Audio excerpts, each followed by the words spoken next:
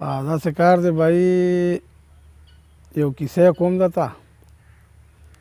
او کیسه خو بس ټول د باچایانو وي د اوسني دور کیسې نه خو ټولې زړې کیسې یو بادشاه و د عظیم باچا به ورته وي او د هغه دوه زامن وو یو یې ښځه وه دا دواړه برخ زامن د هغه شي وخت تېرېده چې د عظیم باچا ښځه بیماره شوله او مړه شوه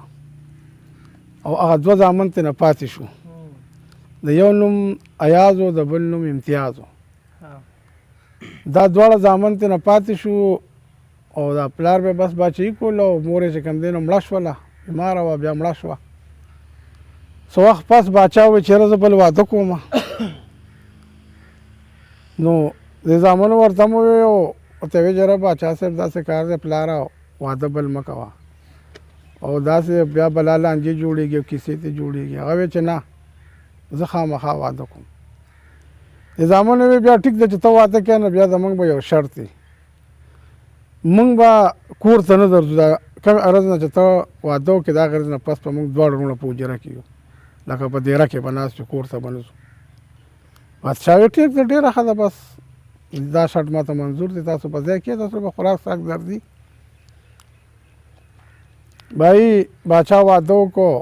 دا دواړه زامن بس د اکې ورځې نه پس راغله په حجره کې به ناست او بس خپلو کې به دواړه بل سره مشغول وو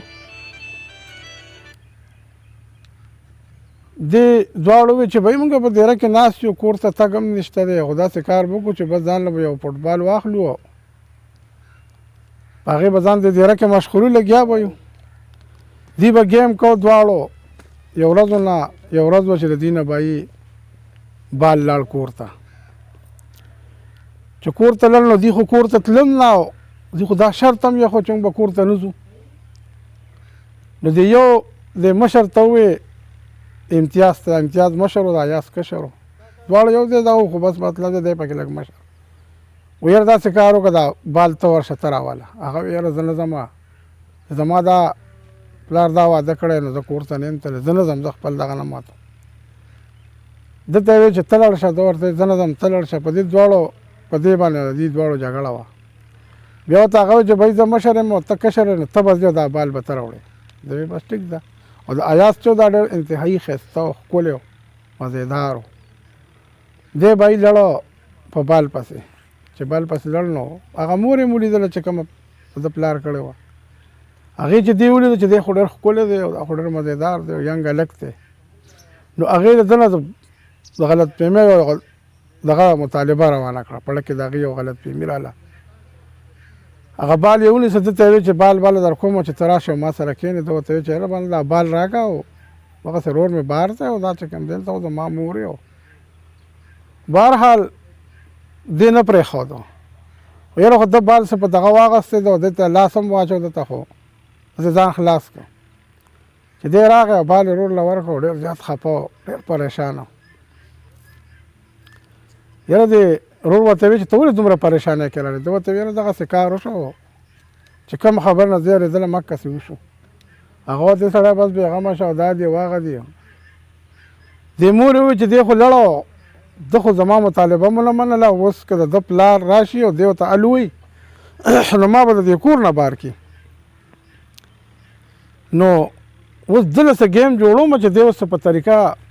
دا خبره زما زه بد شم او دی پکې ګیر شي بھائی هغې دا ګیم جوړ کړه چې کله باچا راغی نو په ځان باندې یو مکر راوستېد او یو دغه جوړ کړه چې دوه سنګان زامن دې راته دیره کړي دي او په دیره کې ناست دي او یو پکې نن راغی او ما ته یې لاس هم واچولو بېعزتي راله مو وکړله ته خو بېغمه په عدالت کې ناست یې په باچایۍ کې زما خو ډېر بد حال دی هغه ورته ښه ته په دې خفه که ستا خوښ بس دا زامن به زه دواړه روغ کړمه ګیر هغې ډېر لوی چال جوړ کړو باچا د هغې خبرې ومنلې او راغی او دې ته یې خو غږ ونه کړو خو د ده په دې باچۍ کې یو کس و د هغه به دا مطلب دا هغه کساب د اصل نه هغه به دا کسابي کوله باچا ولګېد هغه یې راوغوښته یاره داسې کار وکړه چې زما دا دواړه زامن دي دې څه په طریقه بوځه او دې ختم کړه ماته خلاص کړه یې مړه کړه زه به دومره پیسې درکړم بھائی هغه چې بس ټیک ده او د باچا ولګې زامنو ته چې دغسې پلانکې کاکا به راځي او هغه ته مې ویلي دي چکر له بوځه ورځې وشوې سیل لپاره لږ لاړ شئ چکر ولګوئ وګرځئ چې هر خوا همغه بوځي به لاړ شئ بیا راشئ 2-3 شپې وکئ زامن یې پوه شو چې یاره چال خو هم هغه زموږ د مور دی خو زه چې څه کېږي بس خدای دې خیر وکړي چې بله ورځ شوه سهار وختي شو بهي هغه سره خو ده خبره کړو چې زه به دومره پیسې درکړم خو له دې نه ما خلاص کړه بهي هغه راغی و زامن ته ویې تیار شه زامن ځان تیار کړو بس هغه سره روان شو دی مزل کو بهي مزل یې کو ډېر لرې ده دوه چې بلکل ډېر لرې بیا بوځې د دې ښار نه بیا وباسئ مازدیګر ټایم دی ماښامې دی دی ورته ووایي چې داسې کار دی چې مونږ پوهېږو چې تا مونږ په کوم مقصد را روان کړي یو او ته کساب یې ټول عمر دی حلالېدو سره کار دی او مونږ ته دا پته چې زمونږ پلار تا له پیسې درکړي دي خو لکه بهي مونږ تا سره یو واده کوو چې مونږ به که د چېرې تا ژوندي پرېښودلو نو مونږ به خپلې باچۍ ته چې تر څو پورې ژوندي نو نه به درځو او بس ته پیسې دې واله زموږ د پلار نه بس بهي ما لال کړو سیند ته مې وغورځول خبره مولا ختمه کړه ده پړه کې ترس راغی ده ورته چې او بهي بلکل ما ته ستاسو پلار ویلی دی او دغسې بهي تاسو داسې چل کړی دی او پلار هم دا خبره کړې ده بس بهي سړي ولګېدلو دې ته نه راغی او دې ته یې ویل چې بهي زما سره به زما دا یو لفظ به زما منی چې به تا زه ژوندي پرېږدم خو بس خپل وطن ته به واپس نه راځه چې هر خوا ځه نو ځه خو دې خوا به نه راځه دې وی بهي ټیک شوه که موږ هر خوا ګرځو خو ګرځو خو ستا خپل وطن ته نه راځو دې ماښام ټایم روان شو دې په دې مخ باندې را روان شو بهي یو مخې ته دې چې اوړېدل نو یو باچي و هغې مخې ته یو ډېر لوی غر و په هغه غر به اوړېدې نو بیا به بلې باچۍ ته خوا اوړېدې او په دغه غر ته چې دې کله روان شو نو ماښام ټایم و تیاره راتله دې چې د غر سر ته ورسېدل نو نیمه شپه وه او ډېر زیات ستړي شوي مزل یې د سهار نم کړی و پیاده نو دې دواړو وروڼو یو بل ته وویل چېرې داسې کار به وکړو چې دلته به د غر په سر آرام وکړو او سهار به بیا د باچۍ ته کوشو ورځو به په دې ځای به دم وکړو ستړي شوي لږ به کینو لږه به ډډه ولګو دې چې ډډه ولګول او کېناستل نو سړی چې ستړي نو بس خوب ول راغی او دې ستړي شوي ډېر زیات او بل د باچا زامنو دومره مزل یې خو چې تکړې هم نه وې نو بهي دې سملاستلو چې سملاستلو بهي کې دې سترګې ورلې مار راغی او خو ځنګل و غر و د ایاز یې ترېنه وچیچو دا بل ورځ چې راپاڅېدلی دی سهار وختي یا شپه کې مطلب دا دی بانګونو مال نو چې کتلي دي بهي دې پاسو دی پاڅېده نه نو ده په زړه کې وویل چې بهي دی خو مړ دی ډېر وس وکړو خو بس دی دی مړ دی بس دی پرېښې دی او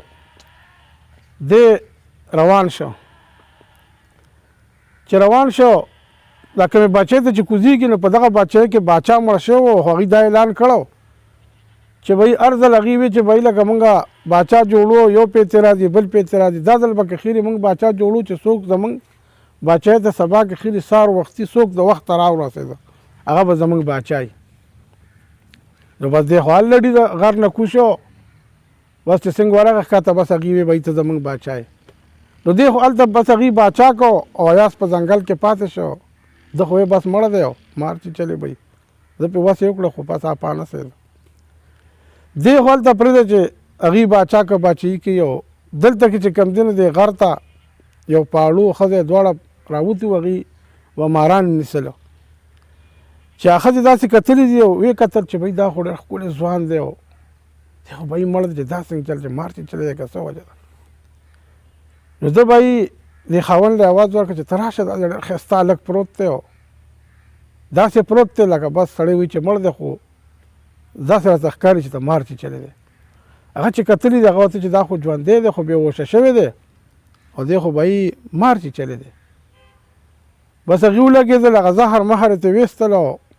هغې سره چې خپل کوم دارو درملو په هغې باندې تقریبا هغه دغه کو سړی صحیح شو راپاڅېدو او چې څنګه راپاڅېد نو دستیا کې وایي چې بهي زما هغه رور څه شو امتیاز څه شو دی ورته وایي چې بهی مونږ خو ستا د ورور نه لوی خبر خو ته دا دی پروت وې او بس مونږ ولګېدلي وو ته مار چیچلې وې او بس مونږ نه زهر ویستله خپله اجازه خپل دم درود هم وکړو هغې سره ته خدای پاک ښه کړلی او بس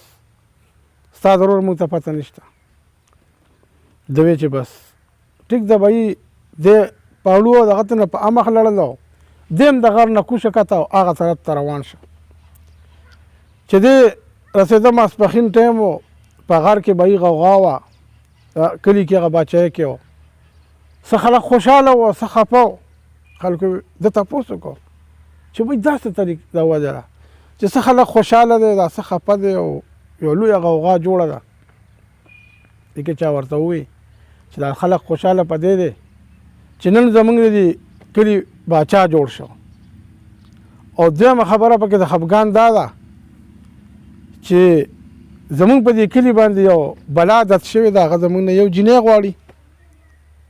او هغه جینۍ هغه مړه کوي یې خوري یې هر څه چې کوي خو یو جینۍ زمونږ نه غواړي او بس هره شپه خو نن چې زیات خلک خفه دي نو په دې خبره خفه دی چې نن د باچا د لور د پرکټۍ نمبر دی کم باچا چې مړ دی د هغه د لور نمبر دی د دې باچا پرکټۍ ده دا خلک زیات په دې باندې خفه دی وی ښه دی راغی او بهی یو بټیار و هغه سره کېناستی ده او هغه سره هم دا خبرې وچېړلې چې دا څه ټایم راځي او دا په څه طریقه راځي او هغه ورته چې دا دغسې راځي د شپې او دا جینۍ مونږ دلته نه په ډولۍ کې واچو هلته ډولۍ اوسو پلانکي ځنګل دی هلته یې پرېږدو بیا ترې راځو سهار بیا لړ شو تشه ډولۍ راوړو وی ښه وی یو کار وکړه وی ما له یو توره پیدا کړه او زه هم د دې مصیبت نه به هم خدای خلاص یو زه به هم خلاص هغه ورته بهی دا خو څه وخت هغې سره د ټولې باچایۍ څه ونه کړه ته به ورسره څه وکړې وایي ته پرېږده ما له یو توره پیدا کولی شي وی بلکل دله پیدا کړو یو توره یې وله پیدا کړله او چې شپه شوه خلکو ډولۍ ووړه نو دی لاړه وه ډولۍ سره په سایډ کې کېناستی ده چې کېناستی ده بهی بلا راله یا دی و یا هر څه شی چې و چې راغی بس دی ورسره په پردولو شو او دی خو شهزاده هم و د بادشاه زوی و ړور هم و ورلاندې وت وته حد دا مړه سر به دې څه خوږم خو بلا یې مړه کړه د تورې ووهله او خبره وله ختمه کړه نو ده خو ډولۍ سره څه کار هم نه و نه د ډولۍ خواته لاړو بس راغی او بېغمه بیا بټیار سره کېناستی ده د هغه سره شپه راله سهار چې وزیر لړو ویې کتل چې بهی دا درنګه خو چا وجلې ده او ډولۍ پسې به بیا سهار لکه کسان تله هغه تشه ډولۍ بیا راوړه چې دا درنګه خو چا وجلې ده دی بهی چې کوم دی نو دغسې دی ورته ووایي د جینۍ ورته چې دغسې بېګا یو کس و داسې کس و هغه بهی دا داسې کار وکړو وی ښه بهی ده خو دغې جینۍ ته وایي چې بېګا چې ونه خو زه ومه د وزیر ورته ووایي وی تا صحیح پیژندلی نه دی او هغه زه ومه یاره جینۍ ووایي چې هغه سړی خو بدل و ته بدل یې خو بهرحال شپه وه نو اوس ما ته پته نه لګي ده ځان په وینو کې سور را سور کو بهی هغې ته یې ویې چې بس بېګا مې داسې چل کړی بس چې هغه لړه نو ډولۍ ده وړه هلته کې باچا ته مې ویل چې بهی بس بېګا مې یار توکل وکړو ما چې دا بلا وجنم خو بهرحال ده باچا ته ډېر غټ انعام ورکړو دې ډېر دغه کړو چې یاره بهی دا خو تا غټ کار وکړو چې د دې مصیبت نه دې خلک خلاص خو ده ډونډ لګو چې بهی دا سړی معلوموم چې دا څوک و ځکه چې زما د اغلا به ښکاره شي د ختمول پکار دي دې کې چې ته بټ خواته راغلی و دغسې په پته یې ځان پوه کړی ته بس خلک چې ځان پوهي په یو طریقې ځان پوه کړی دی چې بهی دا خو دې سړي دا کار کړی دی بیا ده نه تپوسونه کړي ده ورته ویل چې او بلکل دا ما داسې کار کړی ده ته بیا وایي چې ته ما به مېلمه ته بوتلی دی او بهی چې کوم دی نو یو دام مې ور دغه کړی ده ورته ویل چې داسې کار دی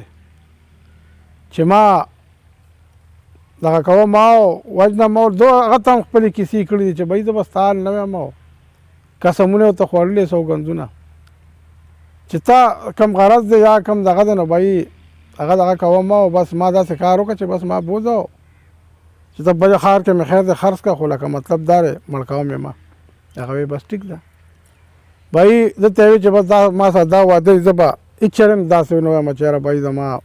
داسې بله مړه کړې ده. بس دیو لګې دا وزیرو ته یو سوداګرو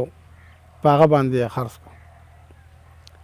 چې په سوداګر باندې یې خرڅ کړو، هغه سوداګر د هغه نه الواد و هېڅ نه و، نه یې ښځه وه، هېڅ شی نه و، او دی ډېر ښایسته هم و، ډېر ښکلی هم و. بس هغه ولګېد، هغه یو کاروبار به کو د سونې د سرو تجارت پې کو، یو ښار نه بل ښار ته تللی، یو بل نه بل ته تللی، بل نه بل ته تللی. چې دی یې کله دغه کو وایي د سوداګر کار نورم ښه طریقه باندې روان شو او ښه تیزۍ سره وچلېد د ده په وجه. خلکو به ډېر زیات دغه کو، به دې په ډېر ده کې قسمت ښه و، دی پې ښه راغی. بهایي څه وخت تېر شو، سوداګر وایي چېرې دی ماله راغلی دی، ما بلا پیسې او بلا روپۍ وګټلې او زما الواد نشته او ښځه مې نشته، نو زه څه کوم په دومره پیسو؟ راشه دلې یو واده به وکړم، بس دی زما زوی هم دی او بس ما سره دی. نو سوداګر وایي چې زه به دلې داسې جینۍ کوم چې مطلب دا هغې نه بله ښکلې ښایسته جینۍ بله نه وي.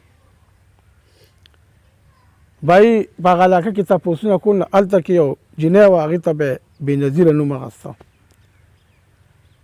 دې ته چا وویل چې بهایي ته هر څومره وګرځېدې سوداګر ته د بېنظیرې نه ښکلې جینۍ په دې علاقه کې نشته دی، خو هغه پلار یې ډېرې غټې پیسې غواړي او ډېر غټ مال غواړي. ده وی بس ټیک ته وي، زه یې کوم هر څه چې زما دا یو زوی دی. بهایي لړه او هغې سره یې خبره وکړله او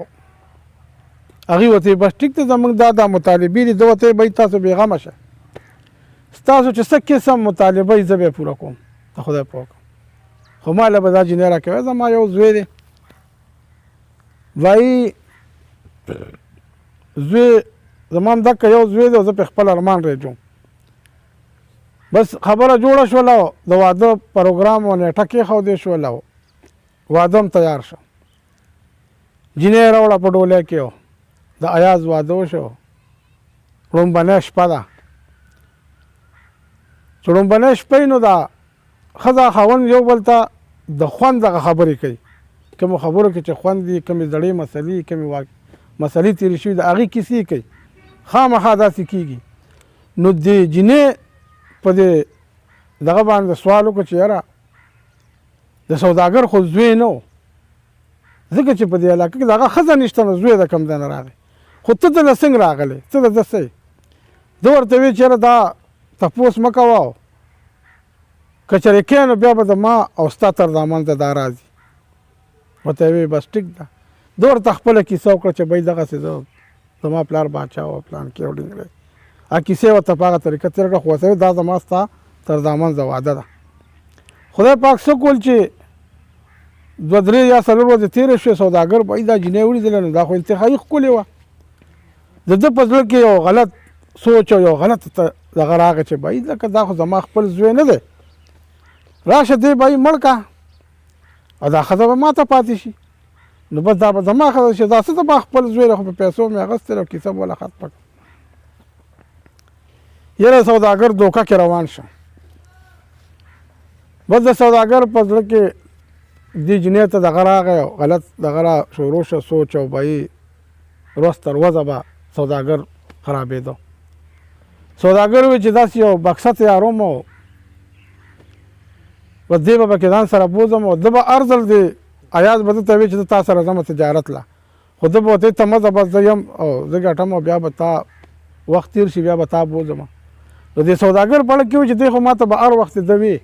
خو راشه بس دا چانس دی او اوس یې چې کوم دی نو بس بوځه او کیسه به ختمه کړو. بهایي ده یو بکسه جوړه کړله او غټه بکسه یې جوړه کړه او ده ته وایي چې بهایي سبا کې خیرې به ځو، مازدیګر ماښام به وځو، پلانکي ملک ته به ځو، په سیند به پورځو. هغه ورته چې پلاره په دې بکسه څه کوې؟ وایي دا بکسه مې دې دپاره جوړ کړې، دا په کښتۍ کې کېږدو، نو چې کله تا له خوب درشي نو ته به پکې سملې، او چې کله ما له خوب راشي نو زه به پکې سمبلم، نمبر په نمبر به کښتۍ هم چلوو، یو کس به آرام کوي. وی ټیک شوه.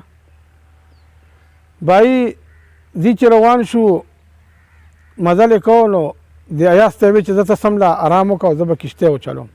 چې څنګه یې کښتۍ کې ادې په صندوق کې دې څنګه کېناستې، دغه صندوق او بکسه کې کېناست، سملاسته نو ده ورپسې سر را بند کړ، تالی ورپسې وواله او ده وویل چې یاره بھائی داسې کار کوم چې دی به دې کې پخپله مړ شي او هغه بکسه یې ونیسله او سمندر ته یې وویشتله چې بس دې کې به دې پروت او بس پخپله به ختم شي. هغه بکسه چې روانه وه خدای پاک دې مړه کونه رو تلا دغه سمندر نه د دې سیند نه یو نیر جدا شو چا د باچا باغ ته جدا شو. هلته چې د باچا باغ ته به کومې اوبه تلې نه د سمندر نه به تلې. خدای پاک څه کول چې دغه تلې ده بکسه او په اکه نیر په خوله کې نښتې ده، د هغه نیر په خوله کې نښتې ده.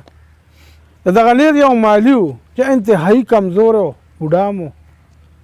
هغه سهار مال چې راپاڅېدلی چېرته اوبه کمې راځي او دا څه وجه چې راغلی کتلې بکسه پکې پرته ده. نو هغه په زړه کې ډېر زیات انتهایي خوشحاله شوی دی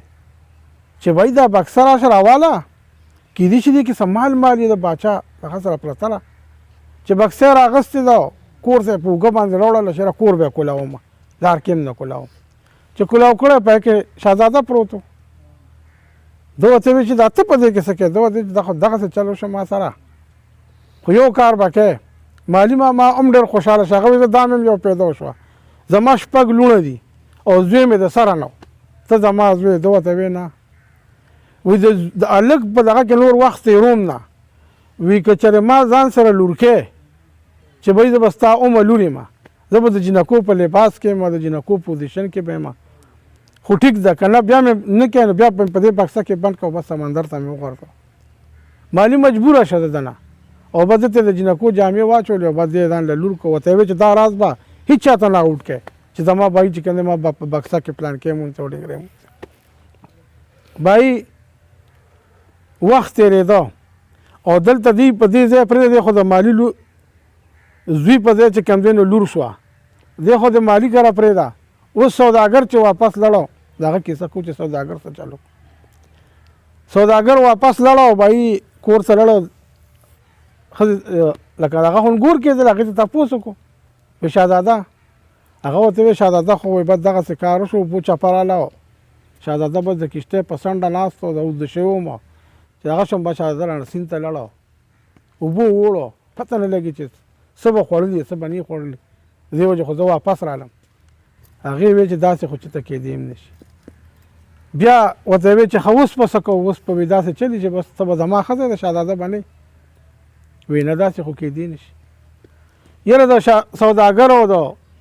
جینۍ جګړه ده، شپه هم تېره شي ورځ هم تېره شي، خو جنګ دی او جنګ دی، جنګ د خلاصي نه دی.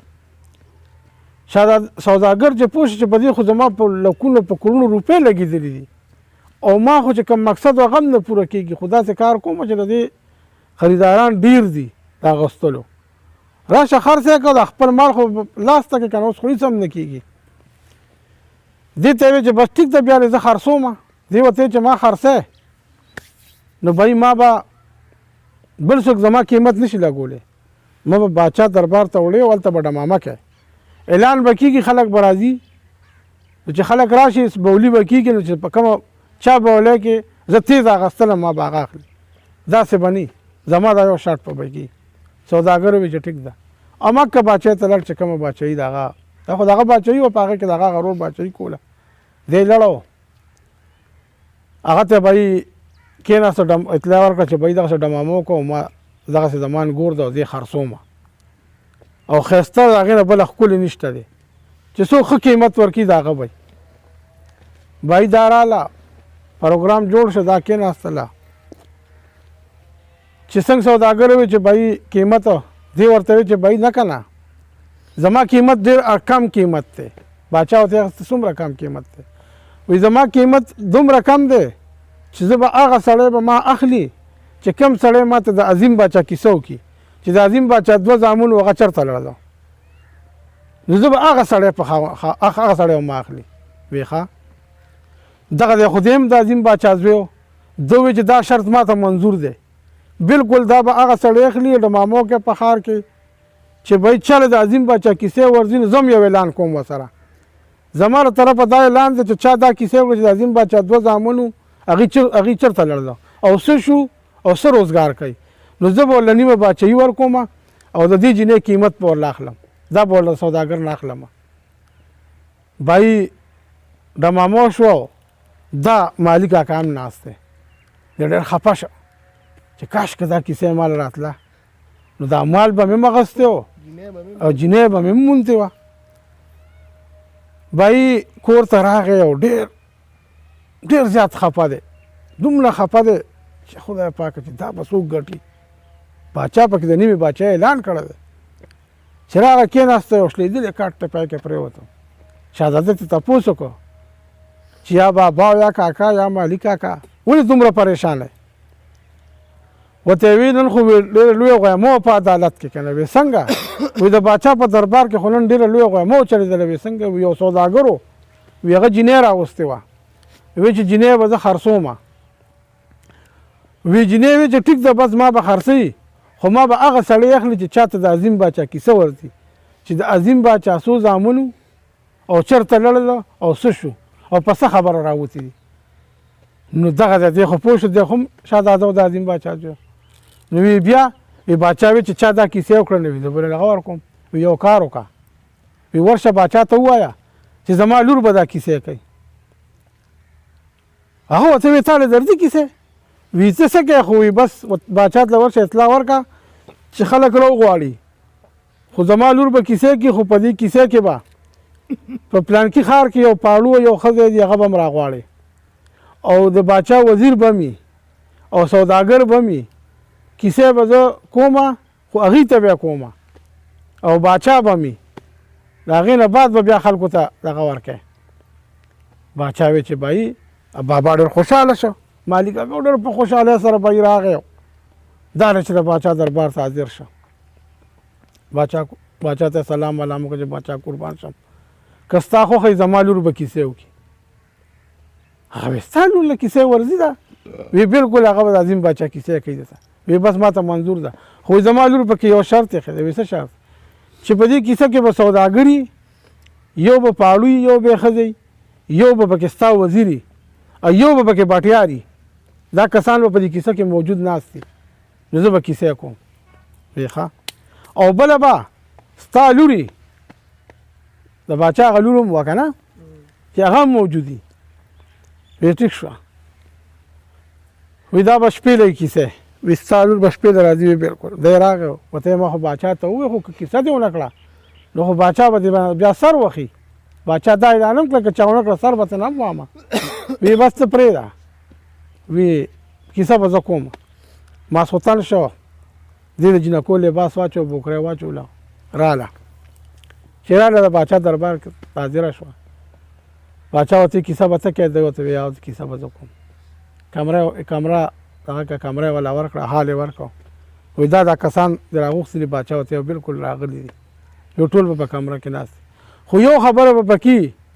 چې کله ما کیسه شروع کړله په کیسه کې به وتل نه وي بار. او باچا ته وی چې ته به هم په موقع ناست نه به ته وځې نه به دې وځي نه به پکې بل وځي نه به بل وځي خو کیسه کې به وتل نه وي. د کیسې نه مخکې که څوک وځي اوس دې وځي خو چې ما کیسه شروع کړه بیا به نه وځي. باچا وی بلکل به نه وځي. باچا وی چې بهی که څوک وځي یا متیازې یا واړه بل څوک کوي وکړه اوس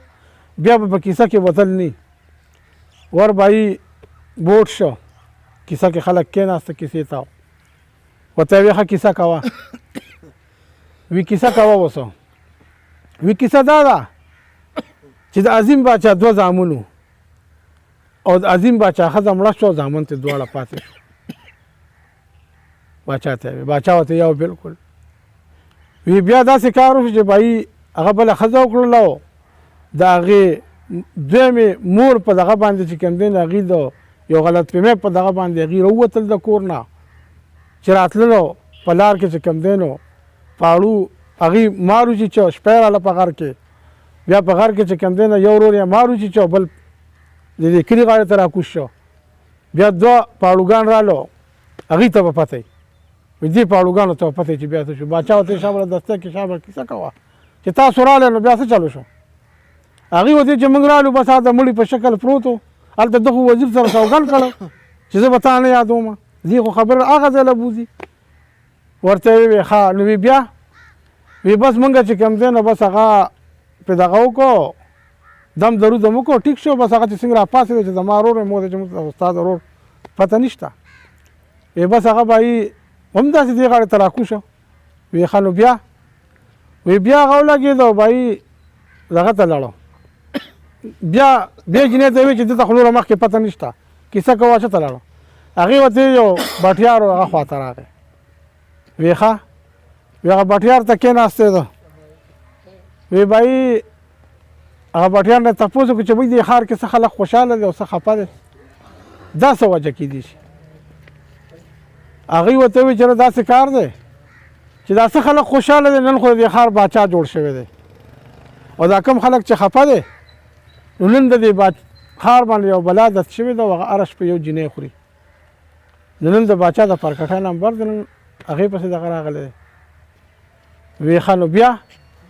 وی بیا به دې بټیار ته پتې چې څه چلو شو بټیار ورته وی چې او بلکل ما ته چې مال یو توره راکړه او ما ورته ډېر ووي خو هغه وی چې نه نن دا ښار د دې بلا نه خلاصوم وی بس ما ورله توره ورکړله او وی چې لړه شپه کې چې بلا راله هغه یې مړه کړه واپس راغی او بهي بیا ما سره شپه تېره کړه چې سهار شه نو ستا وزیر راغی زما نه یې بوتو چېرې دی زما په کار دی باچا وی شب وزیر ته وی سړی دی څه کو وزیر ورته وی چېرې دا وی ګوره دغه ټایم کې وزیر وی چېرې ما خو لږ بار ته واړه بولم راغلی زه اوس ځمه خو باچا ورته چې وتل پکې نشته تاسو ته ما ویلو چې غول متیا دی کوي اوس وکړئ ورته وی ښه وی سړی دی څه کو وی سړی ما په سوداګر خرڅ کړی سوداګر ته وی تا بس سوداګر هم پوه شو چې بهي دا خو هماغه مسله ده بیا باچا ووی چې بهي داسې خبره ده جینۍ ته وی چې ته جینۍ نه د دې واقعه د دې ښځې ته وی چې لکه تا ته ځکه پته لګېدل چې ته د ښځی ځکه داسې دا کیسه تا ته چې ما ته پته ده که نه د دې واقعه خو صرف ما ته پته ده چې ناسته ده دا ښځه نه ده زما ورور ته بوکړه لرې کړه چې لرې کړی دی خو یو بل مو پېژند یو بل سره تر غاړه ورته دغه باچا و دی ورسره هم تر غاړه ته سوداګر یې هلته کې بس کیمکه ختم یې کو وزیر هم ختم کو پاړلو هم ډېر غټ انعام ورکو او بټیار هم د بټ نه بس خلاص کړو خلاص ورته وایه هغه هم خو بلا هر څه ورکړلو او بس دی ولګېدو دی وزیر و هغه ځان سره او بس دی دواړه به چې کوم دی بس هلته بیا باچایي کوله اکه خپله ښځه بېنظیره چې کومه هغه ښځه شوله بس دوستانو دا کیسې و نو کیسې هم لږه دغه کړه مېلمانه پکې راغله هغلته کې نو خو